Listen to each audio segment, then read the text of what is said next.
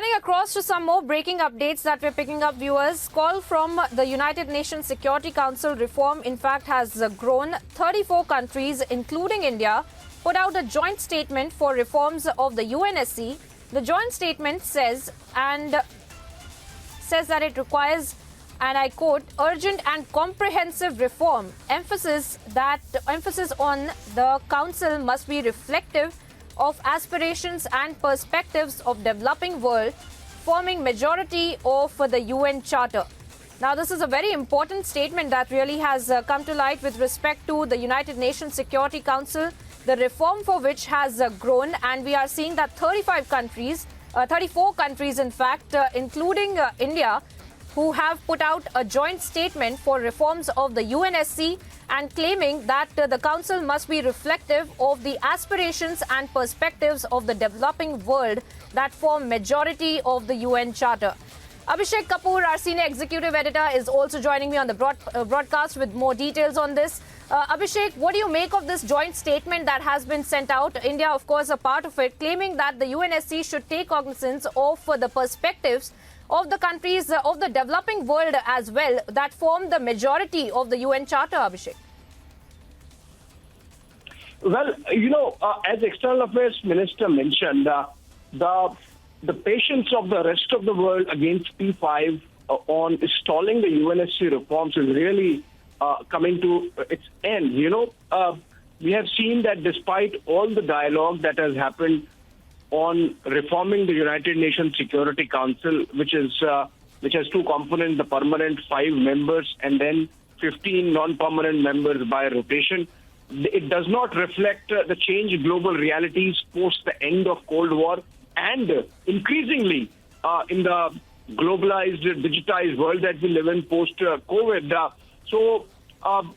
Be it the G4, which is an informal grouping of claimants to permanent membership of the UNSC, including India, Germany, Japan, and Brazil, or the L69, which is a larger group which wants representation in the United Nations Security Council on a permanent basis from LATAM, that is Latin America, then Africa, then Southeast Asia, and of course South Asia. So I think.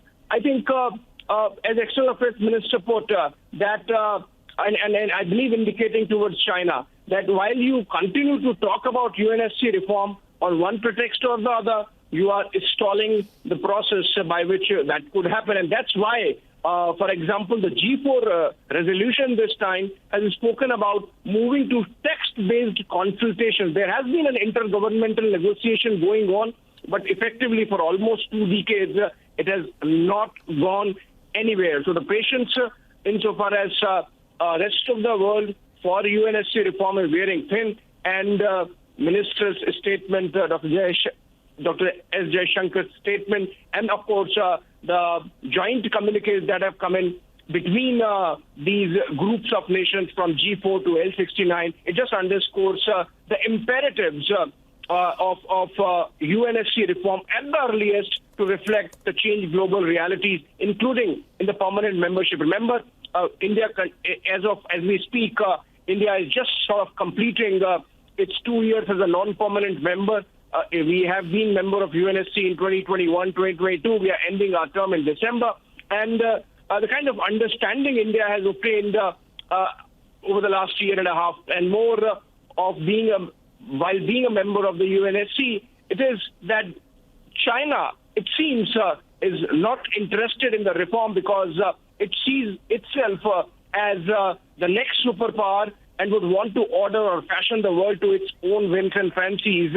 And more nations becoming permanent members of the UNSC with veto might hamper that objective. And so there is a clear obstacle in the form of China in the UNSC reforms. And of course, not mentioning, but India's statement and in fact the position taken by other nations clearly suggesting that those obstacles need to be removed. And so far as negotiations for UNSC reforms go, we have to move towards more concrete steps. And one step in that direction would be text-based negotiations instead of just this informal dialogue that has been happening for almost a couple of decades. Right. Right. All right. Abhishek Kapoor there getting us the details of this very important news break, viewers, that we're tracking for you, where in the call from the UNSC for reform, in fact, has grown, where 34 countries, including India, have put out a joint statement for reforms of the UNSC.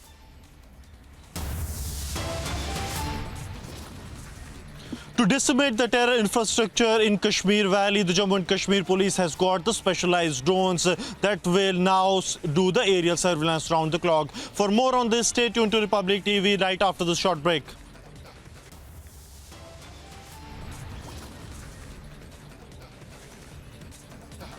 Violence, vandalism, sensational revelations. After NIA's mega PFI warning, India says ban PFI now.